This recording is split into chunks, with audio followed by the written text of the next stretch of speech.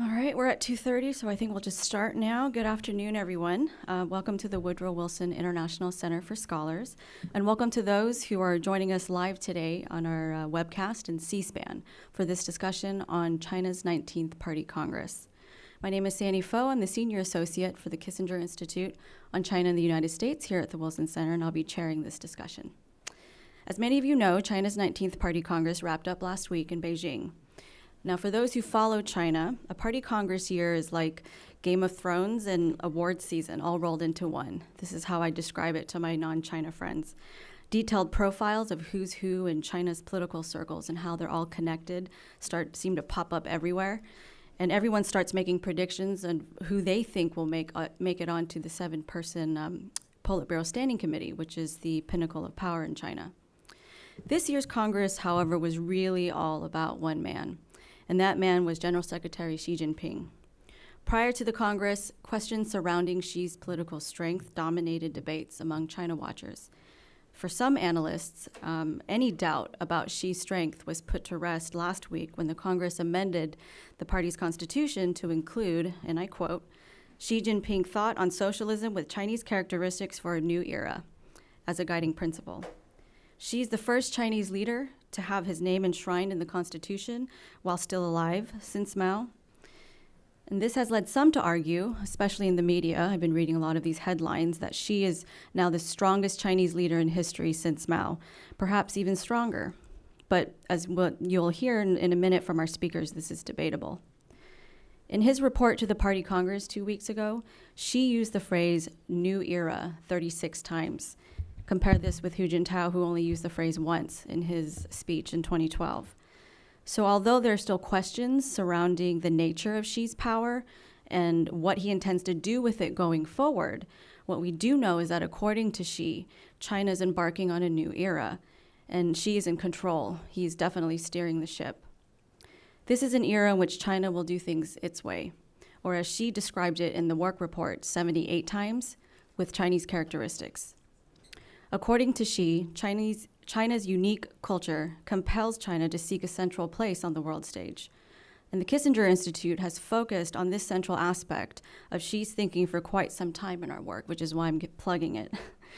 We've always rooted our analysis on a better understanding of how China sees itself, so in this case, how Xi sees China, its culture, its history, and how this translates into policy. Under the editorial stewardship of my colleague, Ms. Ray Zhong, which is somewhere around here, I don't know where she is, the Kissinger Institute has been building a web platform called Mapping China's Cultural Genome. This is a curated collection of Chinese language materials and analysis pertaining to Chinese culture, soft power, and values under the leadership of Xi. The purpose is to help Americans understand the connection between Xi's interpretation of Chinese history and culture and the policies he's now pursuing. We believe this platform is now more important than ever because of the overwhelming emphasis that Xi placed on culture and civilization in the work report, which he mentioned 121 times. And this is why we took the time today. We're going to introduce it to you later. But first, our speakers, to help us understand what this new Xi era with Chinese characteristics means for China and the United States, we have Ambassador Stape Roy and Robert Daly. Ambassador Roy is the founding director emeritus of the Kissinger Institute. He's had a rich career all over Asia with ambassadorial posts to Singapore, Indonesia, and China. Robert is the current director of the Kissinger Institute, and his China career began as a diplomat in the late 80s and early 90s. He's a fluent Chinese speaker and has interpreted for world leaders such as Jiang Zemin and Henry Kissinger. I've asked both speakers to speak for about 20 minutes, and then we'll leave it open for discussion. If you guys want to, we'll let you guys sit first before we start, so it's not so like.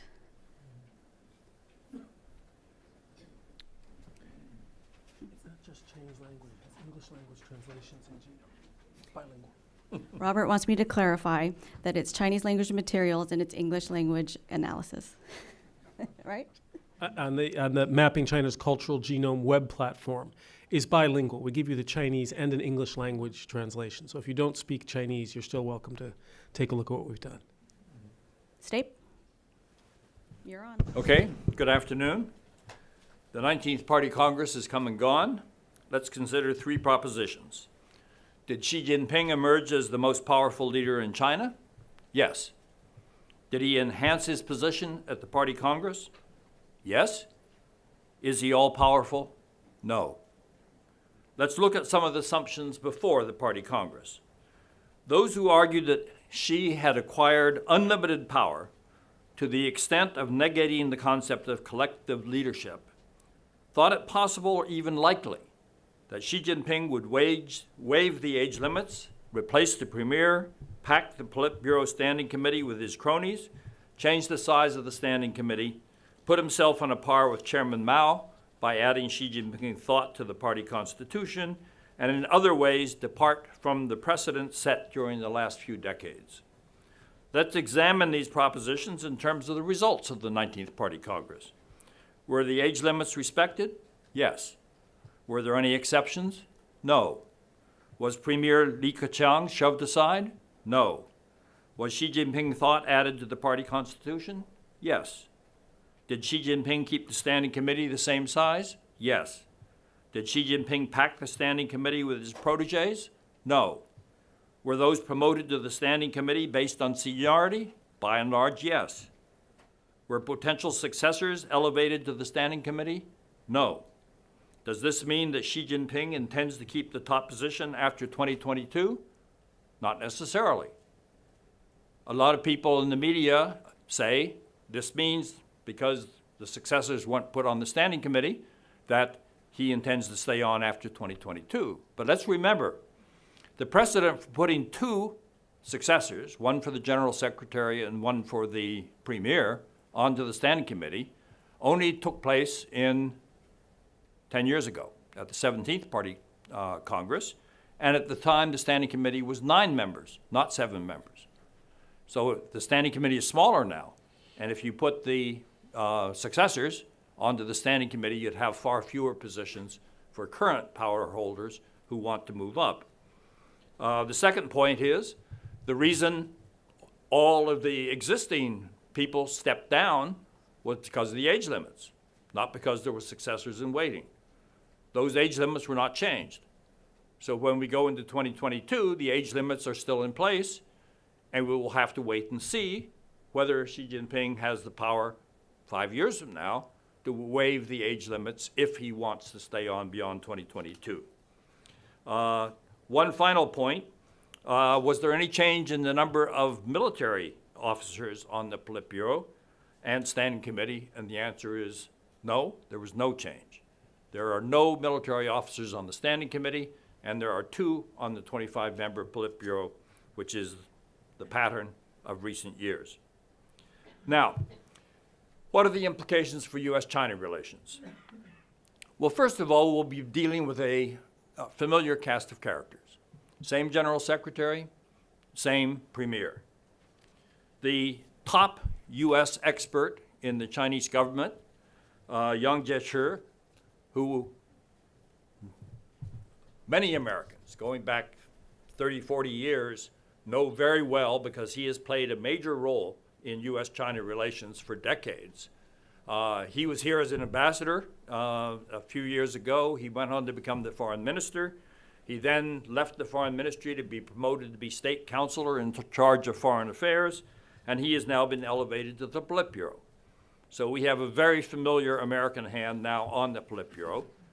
Vice Premier Wang Yang, who has handled the Chinese side in the economic and strategic dialogue between the two countries, was also elevated to the Politburo Standing Committee. He's not a specific U.S. hand, but he has lots of experience in dealing with the United States in his role as our principal interlocutor in the dialogue channels we have set up. So there is an element of continuity in those who will be influential on U.S.-China relations in the top Chinese leadership. Let's look at the global aspects. The work report delivered by Xi Jinping to the Party Congress makes it clear that China is willing and indeed eager to step into the global leadership role that the United States is moving away from. In his speech, Xi Jinping endorsed economic globalization and called for China to keep an open economy. He also noted that the Chinese people have turned away from being passive to being active. He defined the new stage in China's development as the era in which China approaches the world's center stage day by day and continues to make a greater contribution for mankind. He summed it up by saying that China will continue to play the role of a responsible major country, actively participate in the reform and construction of the global governance system, and constantly contribute China's wisdom and strength. So we should not look for a passive China on the world stage. This is a leader who wants to push China to the forefront of world affairs. We can assume that we will be dealing with a strong leader with a clear sense of the ambitious goals that he wants China to achieve by 2020, by 2035, and by mid-century.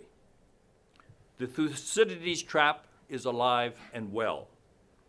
Xi Jinping is projecting that by 2035, China's economic and S&T strength will have grown by leaps and bounds, I'm using his language, and that China will rank among the top innovation-oriented countries of the world. His goal is basically to complete the modernization of China's national defense and military by 2035.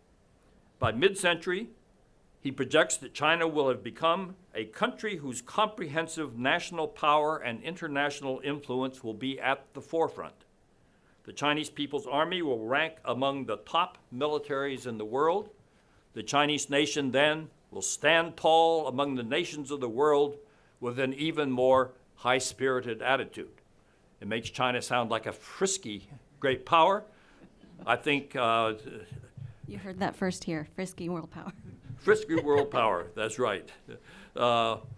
We will have to wait and see exactly what high-spirited means. I think it means that it won't be passive.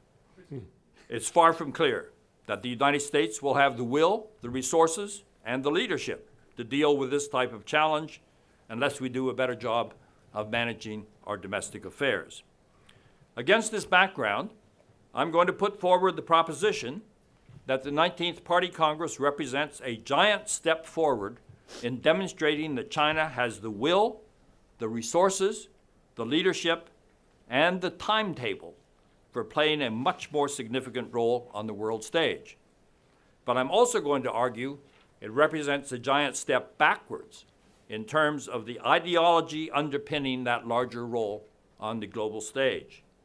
In essence, the Party Congress marks a basic shift in the direction of China's development away from what I would call modern concepts toward pre-modern concepts that held back the development of the modern world for many centuries.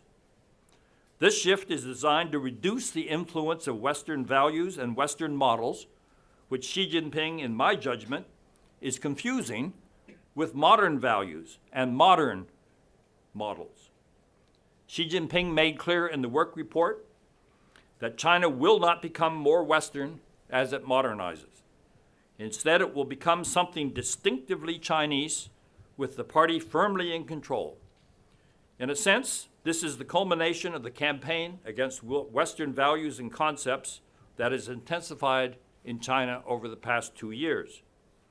There were, as Sandy mentioned, either 78, I counted 77, references to the term with Chinese characteristics in Xi Jinping's work report to the Congress. Now, for several decades, China has been using the term socialism with Chinese characteristics to describe its move away from a centrally planned economy to one driven largely by market forces. But in Xi Jinping's work report, the term with Chinese characteristics is now applied to virtually every aspect of Chinese society, including its military forces, its major power diplomacy, its legal system, its political development, its institutional arrangements, its medical and health services, its culture, its philosophy and social sciences, and even its new types of think tanks. All of those terms were used with Chinese characteristics in the work report that Xi Jinping presented. Now, those of you who are students of Chinese history will immediately recognize that this takes us back 2,300 years to the famous White Horse Dialogue, discussed by philosopher Kong Sun Lung back in the 3rd century BC. He raised the philosophical question of whether a white horse is a horse, since the quality of horseness does not necessarily include the attribute of color. In this sense, a white horse is not a horse, because a horse may just as well be black or yellow.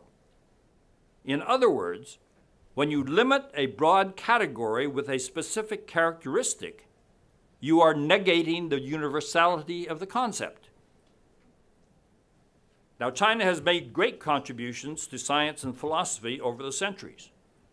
But one could argue that to insist that philosophy or science should have Chinese characteristics is the denial of the universality or the universal attributes of philosophy and science. Galileo encountered this difficulty several centuries ago, when the ruling power at the time insisted that science needed to have religious characteristics. During the Stalin period in the Soviet Union, science with Soviet characteristics gave us the pseudoscience of Lysenkoism. And we are struggling with this problem in the United States, where we have the concept of science with Republican characteristics that rejects global warming. Leaving these philosophical reflections aside, the message is clear. China intends to do things its own way, but paradoxically, Xi Jinping also claimed that China's example, an example that must be imbued with Chinese characteristics, can serve as a model for other countries that want to speed development and maintain their own independence. In Xi Jinping's words, China is on a development path that is contributing Chinese wisdom and Chinese solutions for resolving the problem of mankind. Why is he limiting? He's contributing wisdom. Why does he call it Chinese wisdom? This is the old white horse problem. The other key aspect of the work report is the emphasis on having the party in control of everything, and I mean everything, as reflected in the following quotes. Quote, "It's necessary to adhere to the leadership of the party over all work." Another quote, "Among the party, the government, the military, the people, academia, and all circles, the party leads." In a separate passage, it said the party had to provide guidance to virtually every aspect of behavior and thinking in China. The list is too long for me to read here, but it went through everything. Science, technology, et cetera, et cetera. The party is supposed to provide guidance on these questions. Now, this is an implicit rejection of modern values because the heavy emphasis on doing everything in a Chinese way has a heavy dose of cultural chauvinism, an attitude that held back China's development for nearly a century. The emphasis on having the party control everything represents a rejection of modern thinking on the corrupting aspect of concentrated power, an understanding that is built into every modern political system. So in essence, the Party Congress is saddling China with an anachronistic political system. The Party Congress revised the party constitution to include language making clear that the party must rule the party, and the party must be comprehensively and strictly ruled. There are 4 central requirements that the party must meet, as specified in earlier party constitutions, and they have now added a 5th one, which is uphold ruling the party by the party and practicing strict self-governance in every respect. Now, even the Romans 2,000 years ago were smart enough to ask the question, who guards the guards themselves? By ignoring this question, Xi Jinping is putting China on a collision course with modernity. So there's an ideological problem that comes out of the Party Congress. Let me conclude my remarks briefly by saying we shouldn't be comparing Xi Jinping to Mao Zedong. Mao Zedong is not a model of a strong leader. He is the model of a successful revolutionary leader. Strong leaders in authoritarian systems, I would divide into 3 classes. Stalin is an example in a tightly controlled system of a leader who, through the purges of 1936 to 1938, gained absolute control over the country and the party, and for the last 15 years of life, he was unchallenged in his control of politics and the party in the Soviet Union. Deng Xiaoping, in essence, did the same thing in China, but in a more relaxed approach to authoritarianism, because while he strongly believed in one-party rule by the Communist Party, he believed that this rule did not need to encompass every aspect of human thought and behavior.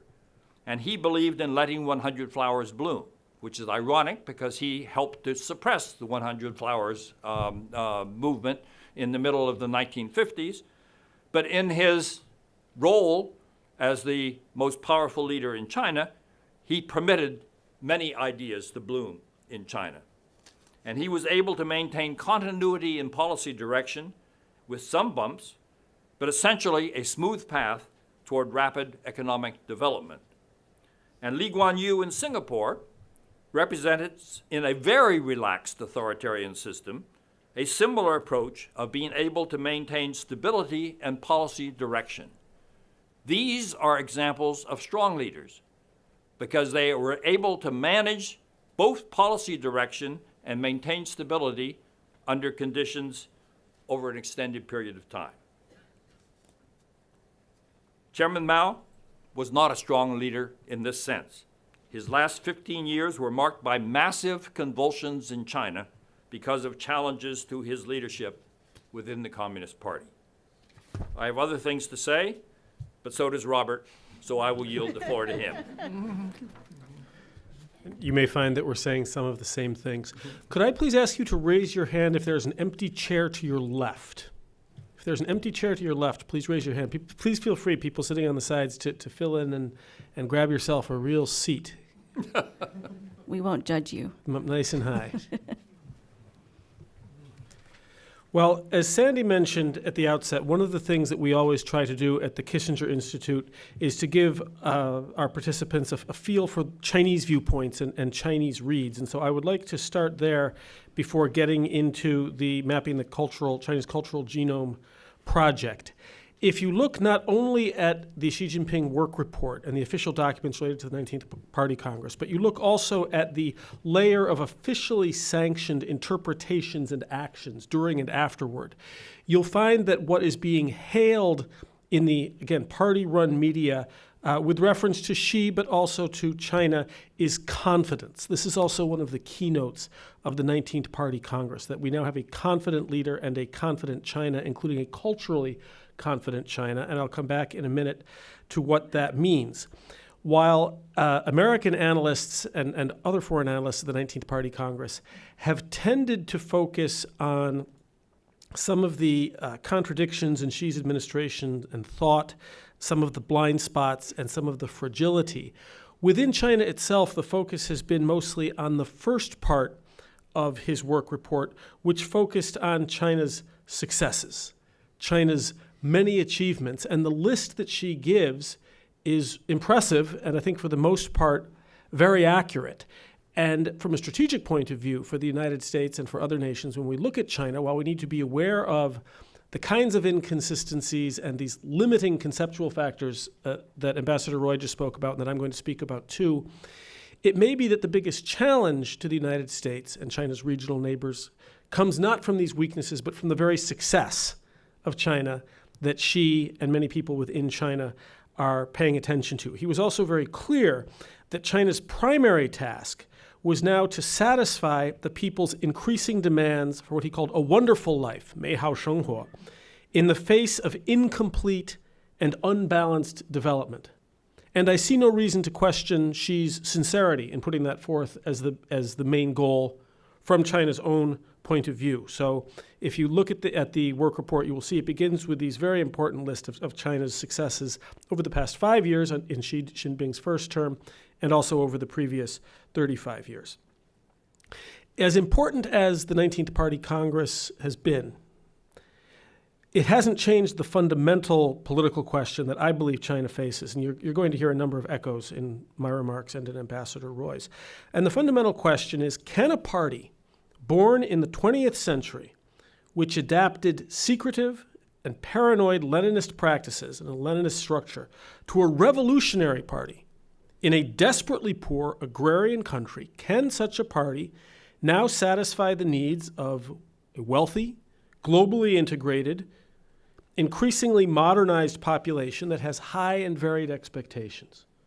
This is the question. Now, Xi Jinping has doubled down on Communist Party leadership, and so his clear answer is yes. Whether that is going to be a satisfactory answer, we will see.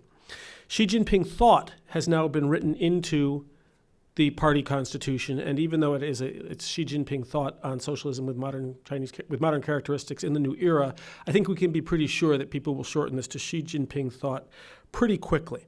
What are the major components of Xi Jinping thought? And we need to know this not only to understand China, but to understand our own interests, because China is now a peer competitor of the United States and is vying with the United States to shape its external environment, to shape global norms, practices, and institutions.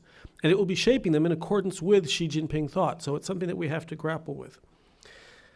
First, as Ambassador Roy mentioned, the party is firmly in control. Wang Qishan, who just left the Standing Committee of the Politburo, who was the primary graft buster, actually wrote that over these 5 years, the first 5 years of Xi's rule, that, and this is a quote, Xi's various keynote speeches all narrow down to one main theme. It is upholding the party's role. This is Wang Qishan after the 19th Party Congress. One of the things that the Chinese are very good at is summarizing, usually in 4 characters, very complex phenomenon. My own summation of Xi Jinping during his first 5 years, and this, is, of course, is to take something that's endlessly complicated and grossly oversimplify it. 4 characters, Tinghua and Ranglu. Tinghua is the domestic policy, and this means do as you're told. The party is in control. Ranglu is foreign policy, and that means make way. We have arrived. So I would say that Tinghua, Ranglu is as fair a summation as any of the policies of the first 4 years. So the party is in control, and she also has put forward a more Chinese China.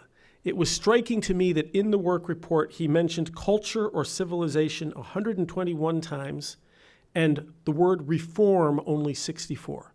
Culture and civilization get twice as much play as reform. Thank God, by the way, for control find when reading Chinese documents, which helps us to count these things. And so if you combine this interest in culture, civilization, with confidence, you will not be surprised to hear Xing declaring repeatedly that the Chinese people must be confident in Chinese culture. I'd like to spend a little bit of time about what I think this means. It is a statement of a final rejection of the West, of universal values, and of America in particular, after a long period of quasi-apprenticeship that China has gone through. And there have been a couple of stages in this period of quasi-apprenticeship. It begins in roughly 1840 with the Opium War, enters a new phase in 1949, where the apprenticeship is almost exclusively to the Soviet Union, and then begins again in a very new form under Deng Xiaoping in 1978. So since the Opium War, the only period we find in which there isn't a really quite overt desire to learn from some aspect of the West is the Maoist period after the Sino-Soviet split that Ambassador Roy referred to, and that was a period of tremendous political violence. So to understand Xi's assertions about Chinese culture and Chinese civilization, and as Sandy said, the way that they compel policy now, you really do have to recall the wrenching search for a new identity and a new way that China went through, in some ways continues to go through, since the Opium War in 1840 debunked Chinese culture. And I'd like to read you 2 quotes, one a little long and one very short, just to give you a feel for how difficult this was for China. One comes from the Chinese diplomat Xue Fucheng, right shortly after the Opium War. And think about this, Xue Fucheng's call for a new China in light of Xi Jinping's declaration of independence from the West. Xue Fucheng said, Western nations rely on intelligence and energy to compete with each other. To come abreast of them, China should plan to promote commerce and open minds. Unless we change, the Westerners will be rich and we poor. We should excel in technology and the manufacture of machinery. Unless we change, they will be skillful and we clumsy. Steamships, trains, and the telegraph should be adopted. Unless we change, the Westerners will be quick and we slow. The advantages and disadvantages of treaties, the competence and incompetence of envoys, and the improvement of military organization and strategy should be discussed. Unless we change, the Westerners will cooperate with each other and we shall stand isolated. They will be strong and we shall be weak. I think you can hear the anguish in that. And then a shorter take on this from the great ironist and writer Lu Xun, who said, "Our much vaunted Chinese civilization is nothing but a banquet of human flesh prepared for the rich and powerful, and China is merely a kitchen where the meal is cooked up." And these were not, that's a pretty strong statement, but these were not unusual, especially in the mid-19th to early 20th century, as Chinese looked for a new model to save the nation and looked to the new West. At the 19th Party Congress, Xi Jinping was saying essentially goodbye to all that. That is done. It's a declaration of independence from guidance, and it's certainly a declaration of independence from moral censure by the West and the kinds of lectures that countries tend to give China about how it should take care of itself. And we hear in Xi, I think, echoes of Mao Zedong saying in 1949 that China has stood up, which he declared from the top of Tiananmen Square. Now under Xi, China is standing very, very tall without the need of advice from other nations and offers a model for countries that wish to develop independently, as Xi Jinping put it. So Xi Jinping is positing not only a confident and purely Chinese China, but we also see under his leadership increasingly China for the Chinese. Remember that Deng Xiaoping in 1978, when he opened China up and let the foreigners in, he was very clear about why he was doing this. He wanted capital, technology, and managerial expertise. China, under Xi, now sees itself as largely self-sufficient on all three fronts. So the justification for opening the window and letting in flies is now gone. And we do see in surveys through the U.S.-China Business Council and the American Chamber of Commerce that American corporations are feeling much less welcome in China. We all know about the new law governing foreign NGOs, limiting international civil society within China, and new laws about workers, classifying them as A, B, C, new laws about the ability of foreign students who study in China to stay in China have made China less hospitable to young foreigners and to students in some cases as well. And so perhaps this will deepen. Now that all sounds pretty bad. I want to emphasize again that Xi's rhetoric in his work report and since is not threatening. This is not overt in his rhetoric, which is really big-spirited and benevolent and presents China's civilization and a more active, spirited China as a gift to the world, as a boon to the world. And in fact, China is providing more international public goods. So there's something behind this. Still, his cultural, civilizational narrative seems to be central now to Xi Jinping's sense of mission and his formation of policies. And this was something, as Sandy mentioned, that we focused on early, which is why we've got this new and ongoing web platform called Mapping China's Cultural Genome, which is designed to try to help non-Chinese understand this narrative and how it informs policy. And we say cultural genome, we're borrowing one of Xi Jinping's favorite analogies, which is to genetics. And he has used this numerous times, but his most famous formulation of it was that the Chinese nation simply does not have in its bloodstream any genes for invading other countries or becoming the hegemon of the world. So we can rest in peace about China's power because it's simply not in our genes. So we thought, well, let's get it, try to see if we can get at what he means by that. And again, this was echoed. It's been echoed throughout his first 5 years. It's echoed in the 19th Party Congress work report, where he says things like, without a high degree of cultural self-confidence and a flourishing and thriving culture, there is no great rejuvenation of the Chinese nation. That is the goal of all of his policies. That's his mission. He has staked his career on it. The great rejuvenation of the Chinese nation, and he says here that it cannot happen without cultural self-confidence and a flourishing and thriving culture. He also said in the work report, we must carry forward the building of our international dissemination capacity, the ability of Chinese to tell China's story, successfully tell the China story, display the true, vivid, and complete China, and improve the cultural soft power of the country. So this cultural confidence is also a tool of diplomacy. And when she speaks this way, This sounds very, very strange, I think, to a lot of American ears, although think of the way in which our leaders like to invoke the founders, for example, to hearken back to this history. There are forms that this takes in America, but it's not as strong a tradition as it is in China, where the leader as a protector and promoter of the culture, this is part of how leaders gain legitimacy in China. And this has a very ancient provenance. There was a famous Han Dynasty emperor who heard that a ding, a three-legged Chinese ceremonial vessel, which was already ancient in the Han Dynasty, had been unearthed and was being brought into the capital. And he went out from the city gate personally to welcome the ding, the bronze vessel, to show his reverence for the culture, to establish himself as its protector, to help to build the mandate of heaven. It's an old story within China. You probably know about Emperor Qianlong and Kangxi and how they used their cultural connoisseurship to demonstrate the legitimacy of their rule of China, even though they were Manchus. They were almost more Chinese than now in their connoisseurship. We saw this, of course, in Mao Zedong. It wasn't enough that political power came out of the barrel of a gun. It was also essential that he be hailed as a great poet and a great calligrapher. And there can be no discussion about this within China itself, even though, this is one of my favorite historical quotes, Arthur Waley, the British translator, said that Mao Zedong's poetry was not as bad as Hitler's painting, but not as good as Churchill's. There are a lot of different views on how good a poet Mao actually was.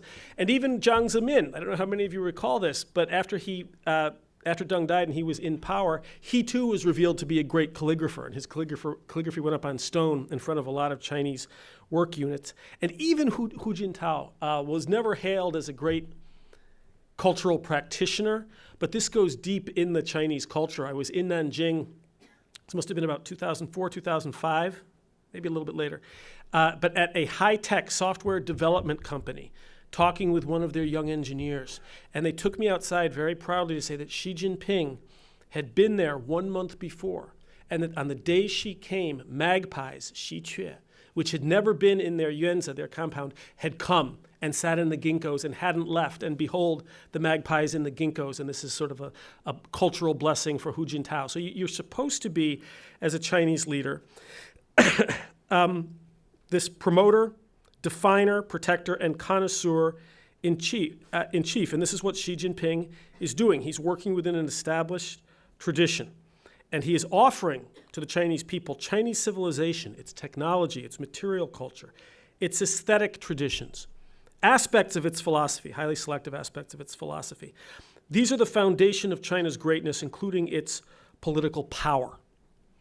And here this is you may be a lot deeper in these weeds than you like, but if you get to talk about the white horse, I'm going to go into this a little bit.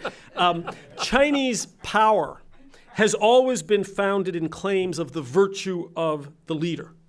And in fact, the concepts of virtue and power in traditional China are very often melded and confused.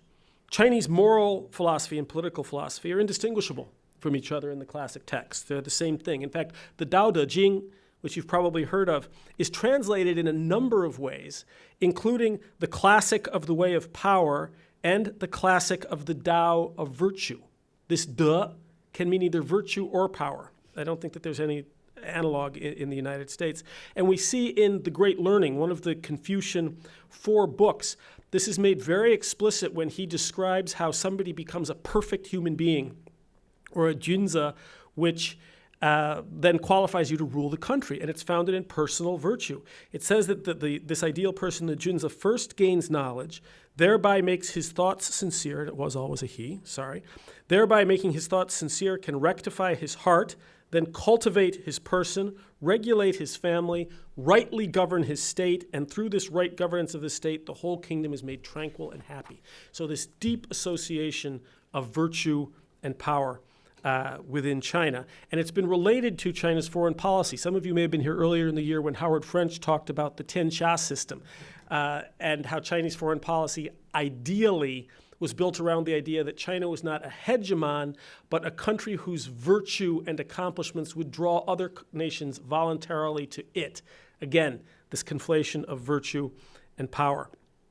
So because of this conflation, in the Opium War, with the coming of foreigners, the debunking of Chinese greatness was also a catastrophe for the Chinese ideas of morality. That's why the century of humiliation in part struck so deep. And Xi is beginning now his second term by saying that that is over, okay? So he is reclaiming virtue for China as well as power in the Chinese tradition. I'll cut some out here so we have plenty of time to get to questions and answers and your own thoughts. But it's this, what I want to put aside today is the idea that this civilizational history seems to be central to Shiism.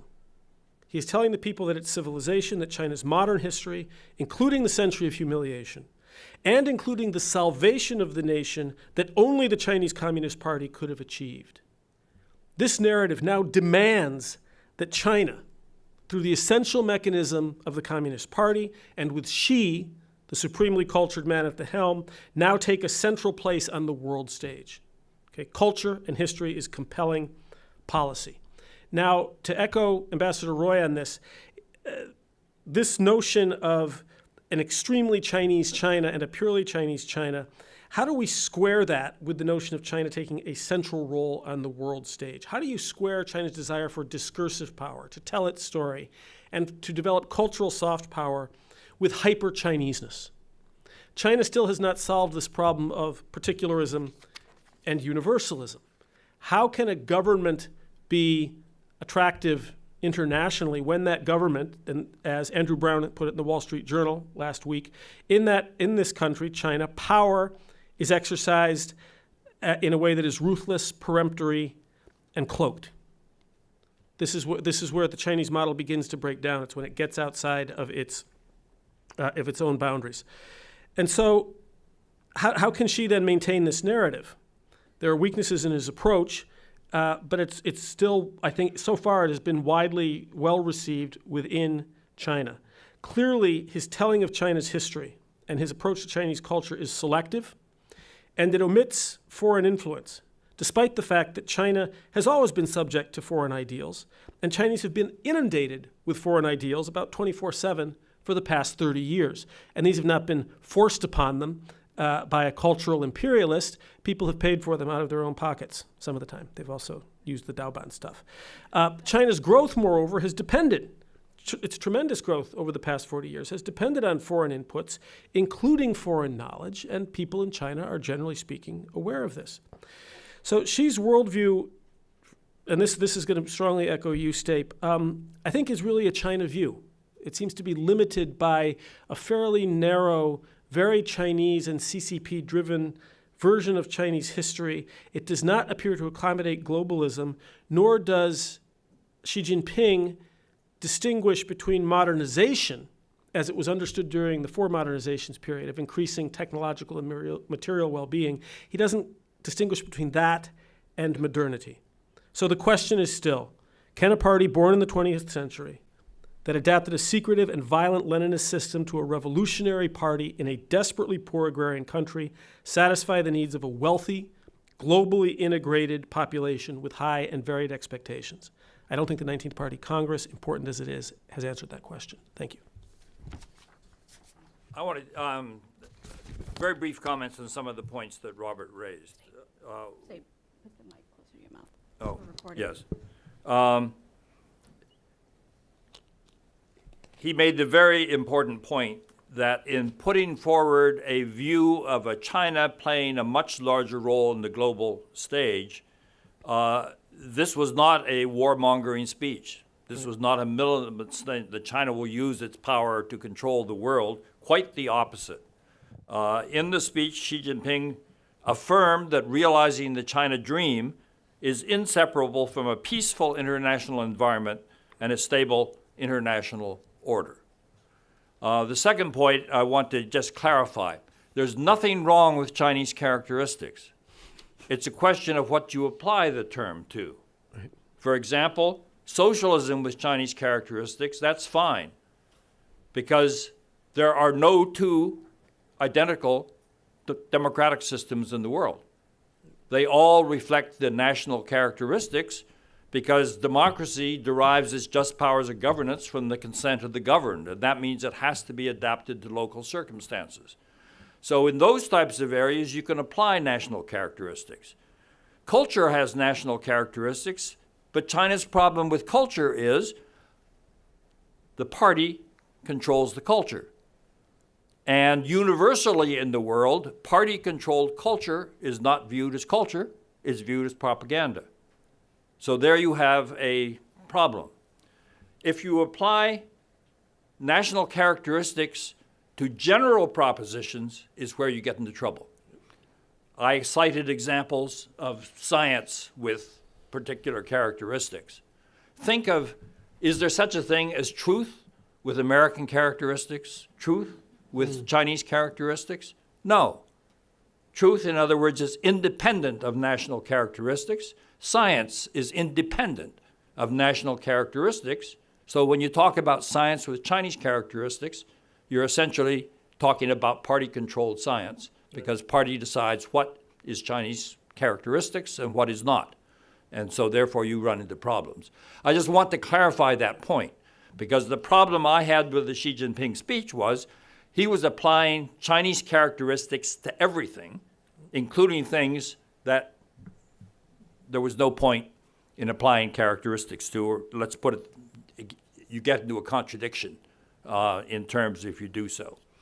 I think the very interesting question that Robert raised is, can this party born in the 20th century adapt itself to deal with a modernized Chinese society? And the answer is, if you look at how China has behaved over the last few decades, it's certainly not impossible. It's been very adaptable. Because the party has been very adaptable. If you look at, for example, the Politburo in 1982, while the members of the Politburo had educations, they didn't have formal university degrees. In fact, it was almost entirely without people who had formal university degrees. But nowadays, the Politburo, by and large, is entirely people who have the equivalent of university degrees or advanced degrees. You can't cite another country in the world where the quality of the top leaders has changed from basically people without university-level educations to people who have university-level educations. The three representatives of Jiang Zemin was a massive change in the concept of Chinese communist ideology, removing the class basis for socialism and defining it in terms of the advanced productive forces, the advanced cultural forces, and representing all of the people. That was a very important ideological shift. The age limits that they have in place mean that every time you change your top leader, you get somebody 10 years younger. We don't have that in the United States, and it hurts our political system, because we can have 43-year-old leaders replaced by 71-year-old leaders. In China, under the age limits, that's not possible. Well, when you have younger people stepping into the roles of the older people, you get a generational change. I raised my children to be carbon copies of myself and totally failed. They have a different outlook on life, reflecting their different age and experience. So as long as China keeps age limits in place, they have a chance to adapt. But the question is, when you ignore the corrupting aspects of concentrated power, you don't end up with what you would call uncorrupted governance. Robert Heilbronner, some of you may remember that name. He wrote some very persuasive books back in the 1960s explaining how socialism was going to triumph over capitalism because socialism controlled investment, and it could therefore make wise investment decisions and put it where it could increase national power most effectively. And what did he not allow for? The socialist systems all were corrupted by power because they didn't have the concept of balancing and checking power. As a result, where did the investment funds go? Into the pockets of the leaders. Why have you had a massive anti-corruption campaign in China? Because China's growing wealth has been diverted into the pockets of your top party leaders. It's ironic that a leader who has carried out the most sustained anti-corruption campaign in China's modern history says that that very party that was corrupted from top to bottom is supposed to be governing itself. How do you mentioned the adaptability that the party has demonstrated over the past few decades, but the past 5 years have been something of an exception to that, as Xi has clamped down on culture and universities and think tanks. You said wants to put the party at the center of everything. It seems that there are, broadly speaking, three explanations for this behavior. One is simply that he's power hungry. The second is that he's a true believer in the communist system, and the third is that he may now be aware of systemic fragilities which he believes require this move for stability's sake. What is your read on why Xi thinks that there's a necessity, not for anti-corruption we understand, economic reform we understand, but the ideological component of this, how do you read that change under Xi? I think it's a very important point. Here's the way I put it. In the work report, Robert referred to this. Xi defined the principal contradiction of China now is the contradiction between the desire for better living standards and the uneven and inadequate economic development. I don't think that's the primary contradiction in China. The primary contradiction is between the fact that Chinese society as a whole has been largely modernized by the success of the reform and openness policies over the last 3 to 4 decades. But the party will not modernize the political system. It wants to keep a monopoly on power. And the more modern Chinese society becomes, the more acute that contradiction becomes. And the reason why Xi Jinping over the last few years has been clamping down on domestic attitudes is because modern ideas have come into China, and the party's ideas are pre-modern, because there's no difference between the party having a monopoly on power and the king having a monopoly on power. And I call monarchies where the kings actually run and control the power as pre-modern forms of governance, because all modern forms of governance are based on two concepts. One is that the just powers of governance are derived from the consent of the governed, and the second is that power corrupts, and therefore it has to be checked and balanced. Now, curiously, that concept is creeping into China and even into the Communist Party. For example, in the work report, they repeated some of the language from the third plenum language talking about political reform, in which they referred to the fact that power should be exercised in the sunlight, or that power should be exercised within a cage. So they're beginning to recognize that unchecked power leads to corruption or abuse of power. And that's one of the reasons why Xi Jinping has put such emphasis on rule by law. It's not rule of law, because the Communist Party insists that the justice system is under the party, not above the party. And you don't get rule of law until the justice system is above the ruling strata. So that's the historic Chinese tradition. But the problem is when you don't have a justice system above the party, and the party says it has to engage in self-governance, it cannot deal with the problem of corruption. And that's why Robert Heilbronner turned out to be dead wrong, because the socialist systems did not devote the capital to the most productive investment. It went into their pockets.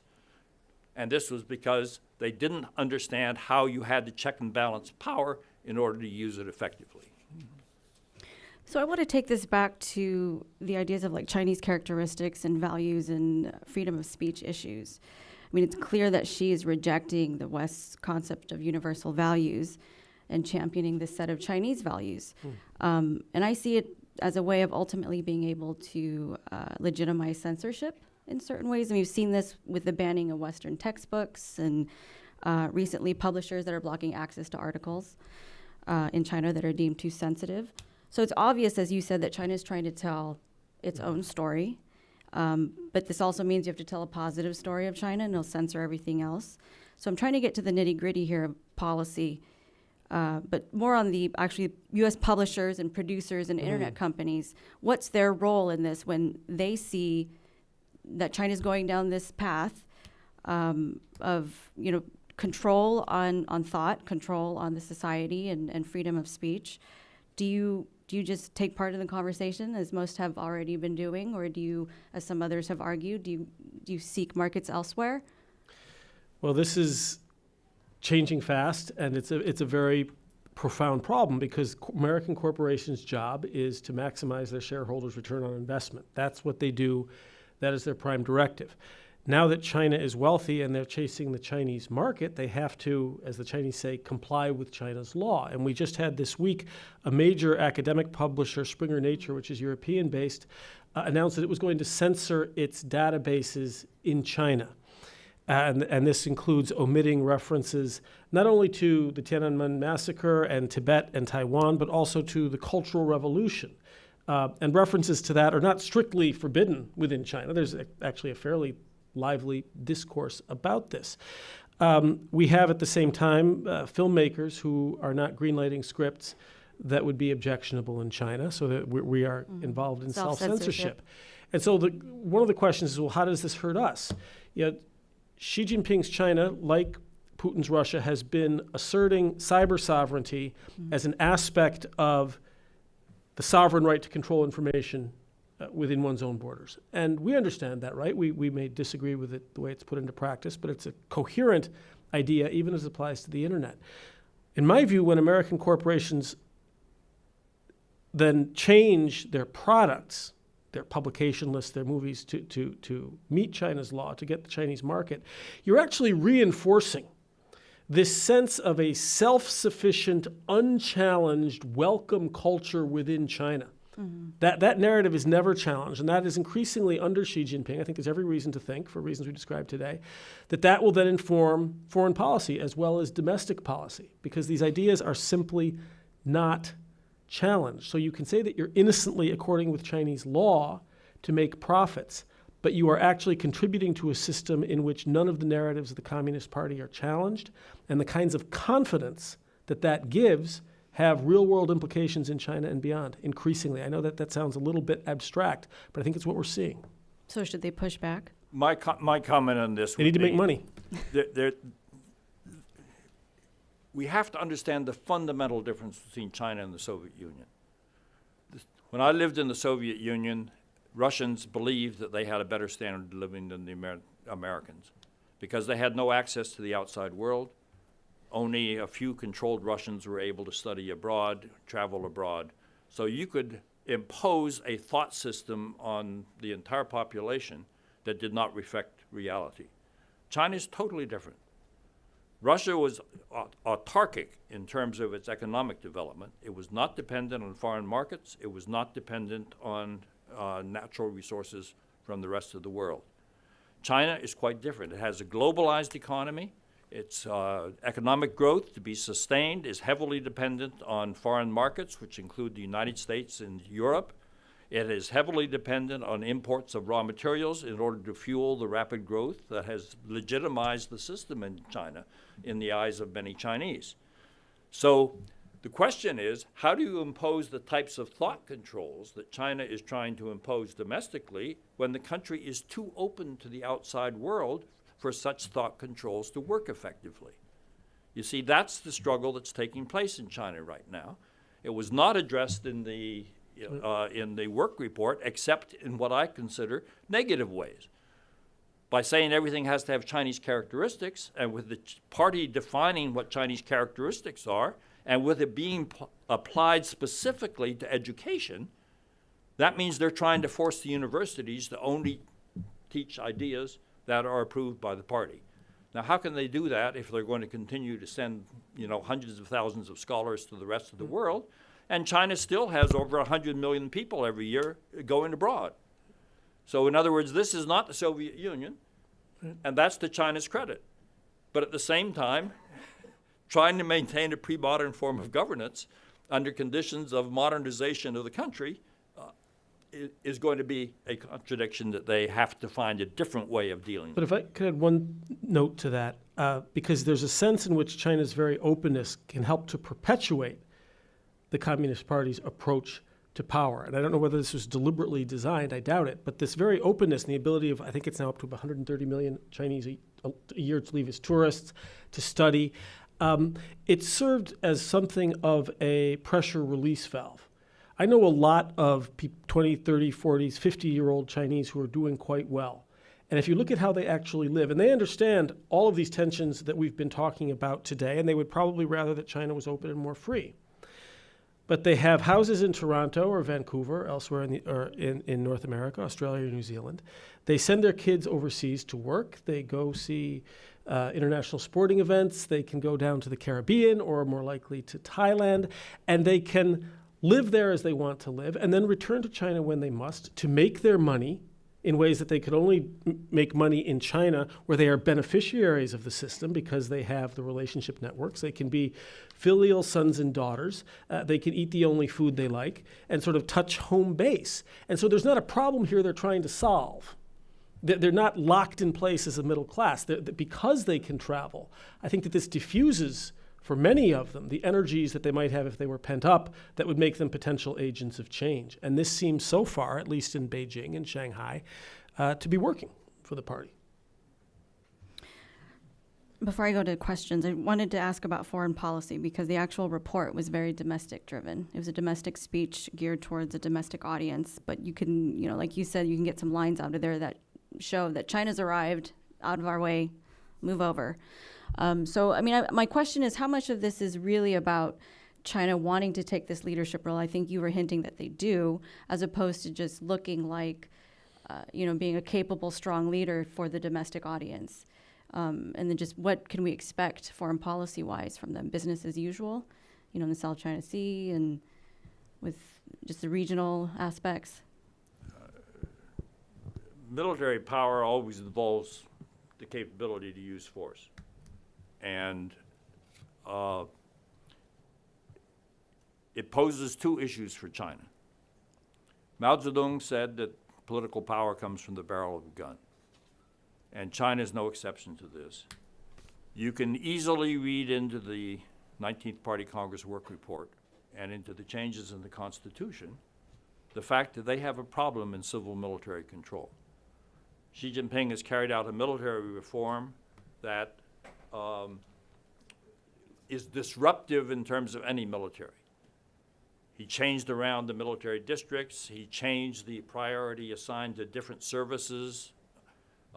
He reorganized the Central Military Commission so that none of the Army, Navy, Air Force commanders are now on the Central Military Commission. They've always been on before. Militaries don't like this sort of thing. Xi Jinping is the only civilian on the Central Military Commission.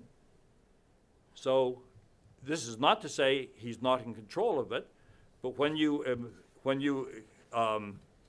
revise the Constitution to say the Communist Party of China shall uphold its absolute leadership over the People's Liberation Army and other people's armed forces, implement Xi Jinping's thinking on strengthening the military, and build people's forces that obey the party's command.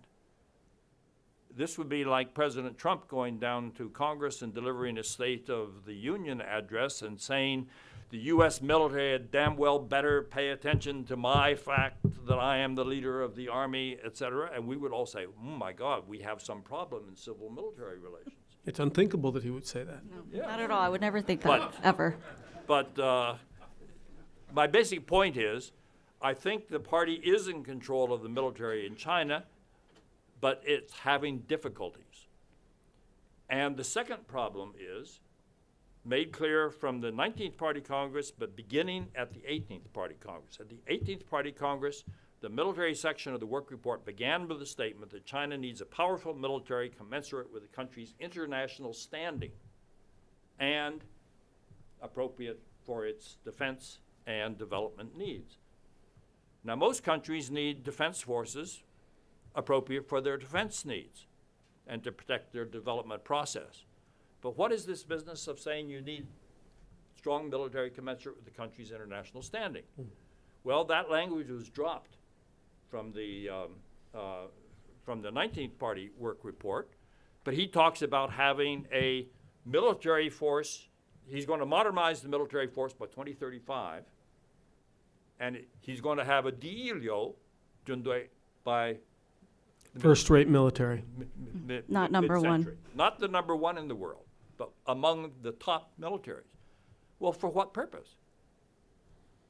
We have a great big military, bigger than others, but we also have an alliance system that is globally wide, and we have defense responsibilities for Japan, for South Korea, for Europe, for places in Latin America, et cetera, et cetera. So our military is because, and our military budget reflects the fact that we actually have defense responsibilities globally, and China doesn't have any alliances globally. So yes, he's going to have to protect Chinese workers if they live in other countries, but do you have to have the first-class military in the world under those circumstances? So China is creating the defense dilemma, which is it's saying it will have a military so powerful that none of its neighbors can have security. Which is tricky Okay, for leadership. now that's the international aspect of it. But the domestic aspect is, how do you maintain civilian control over the military when political power comes from the barrel of a gun? And they're having difficulties with that in China based on the language that comes out of the work report and the constant emphasis that the party is in control of the military.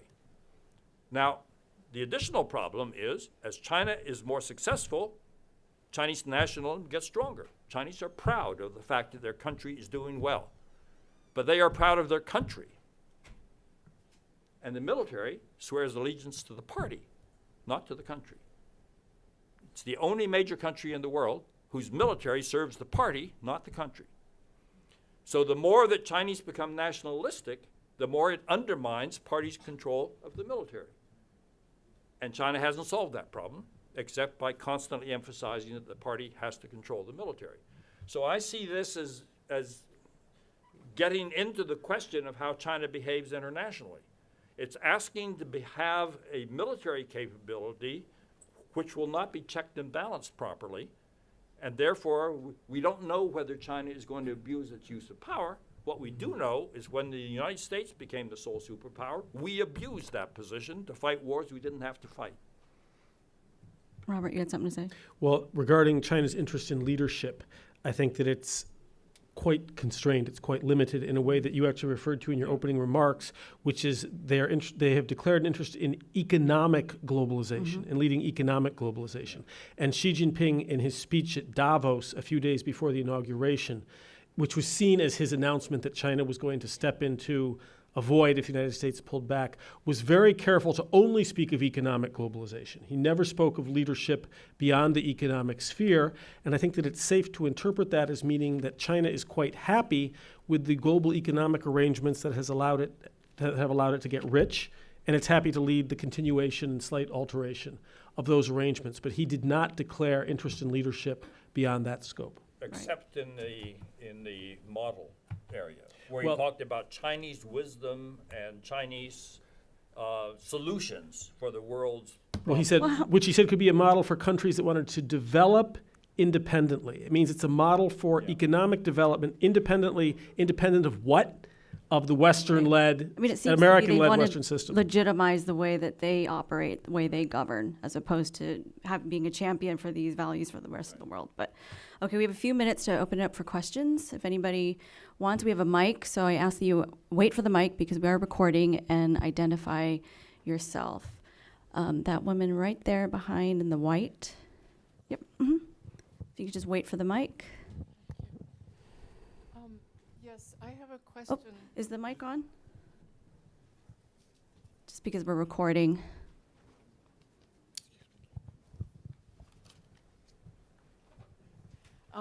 Yes, I had a question. What is, if the party is all about control, what is left of ideology in the party these days? You can't argue that there's a Marxist economy or that there's Marxist culture. Is it just an instrument for a kind of nationalistic control, or is there some Marxist remnant? That's an unresolved contradiction in the way they talk about things. The way they have justified socialism with Chinese characteristics is, according to communist ideology, humans develop through hunter-gatherer societies into feudalism, into capitalism, then into socialism, and eventually to communism. So capitalism is legitimate in the early stages of socialism, and it's again in the work report that China's in the early stages of socialism and will be there for a long time. That's language straight from the work report. So they are essentially saying that the market, which is a capitalist technique, is appropriate in use in China. But the three represents gets rid of the Marxist class of two characteristics of Marxism, which is one, the class basis for the Communist Party as the leader of the proletariat, and the concept of class struggle. China now talks about harmonious society. So the three represents represented a substantial move away from classic Marxism, but in the work report, China says we have to uphold Marxism. Contradiction. Okay, we don't teach contradictions in the United States. We believe in principles and rights. Marxist societies teach contradictions, and that's a big contradiction. So that's the answer to your question. Another piece They of say it, they're being Marxist while they're throwing out key Marxist concepts. another key piece of this, because the way that the political culture works in China following the 19th Party Congress and this announcement of the new era, think tanks and universities are going to spill just endless amounts of ink and write new books, and there are going to be conferences that we'll be invited to talk about all these things, to approach and define precisely what your question is. They have not resolved the contradiction, but I'm quite sure that an official Xi Jinping-led Communist Party gloss on the meaning of Chinese civilization, including some of its ideological and philosophic components, is going to be a part of the answer. I think that is quite clear.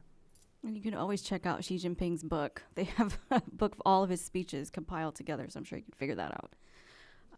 Let's go here in the front row. The woman right there. Yep. Mm-hmm. Yep, and then we'll go right next to you. Row 3. My question's Barbara Stallings from Brown University. My question started to be answered by the very last words you said before you opened up, and that is about China as model. Up until now, China has been somewhat ambivalent about offering itself as a model for developing countries. Since I have been unable as of yet to find an English translation of the famous speech, I wonder if you could... It's out now. Terrific. I will look again. I wonder if you could, in the meantime, elaborate a bit more on, is this an economic model they are suggesting? Is it a political model? Is it both? What do you see as the components of this model that they are suggesting that developing countries who want to develop independently might follow? He didn't spell out the details.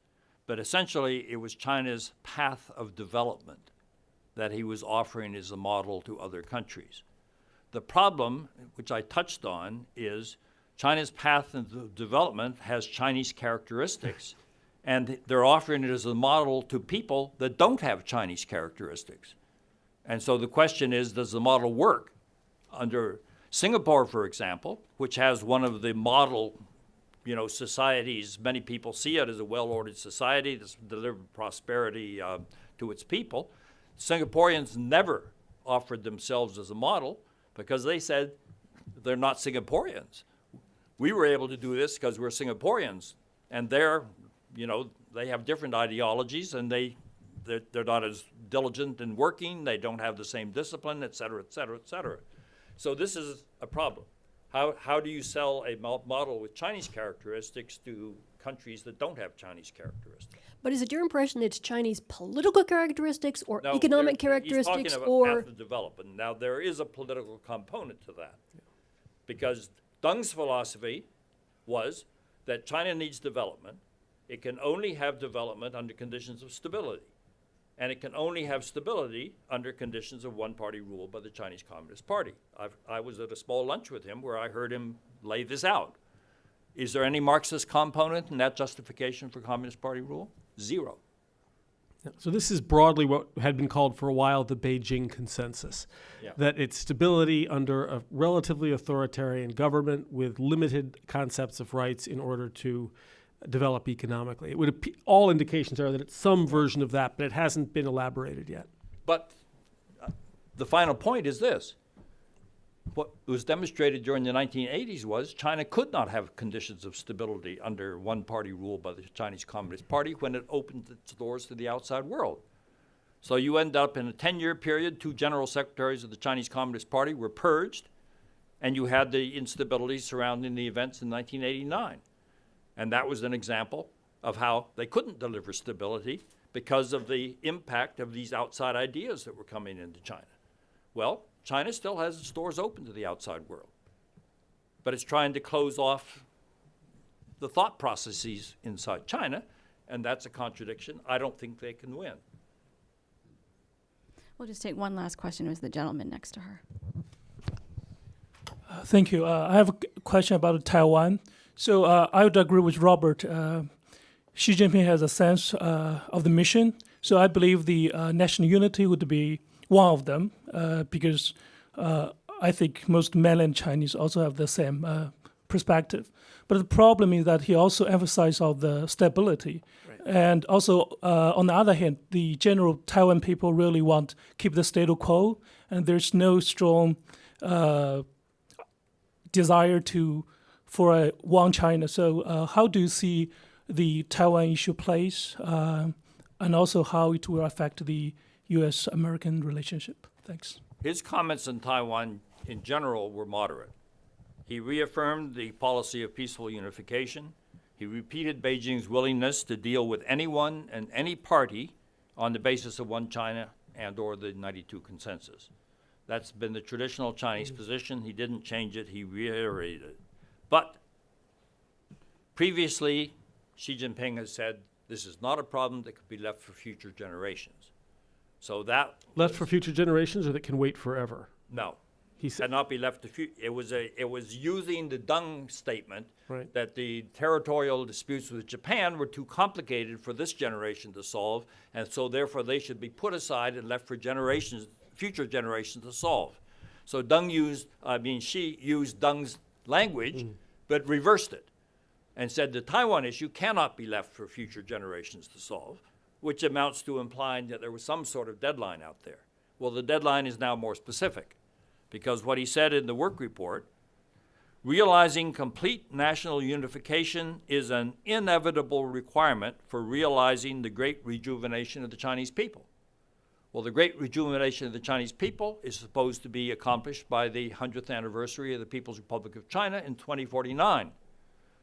So he's implying that 32 years from now, we need complete national unification. The inevitable requirement, the Chinese term was 必然要求. So it's a 必然要求 to have national unification completed by the time that you have the great thing. That's a problem, because we have more than 32 years already since the United States established diplomatic relations with China, and Taiwan has been in this anomalous international position during that period. And during that period, there has been enormous development of cross-strait relations, and there is overwhelming support in Taiwan for maintaining the status quo, but there's been no progress. In fact, there's been a retrogression of people in Taiwan who favor peaceful unification with the mainland. So how are we going to reverse that over the next 32 years? But there's no urgency to it. Now, the difference is 32 years for Chinese doesn't seem that long, but for Americans, it's forever. Because if you say something is going to happen 3 or 4 years from now, we pay no attention to it. That's out of the realm of our political system.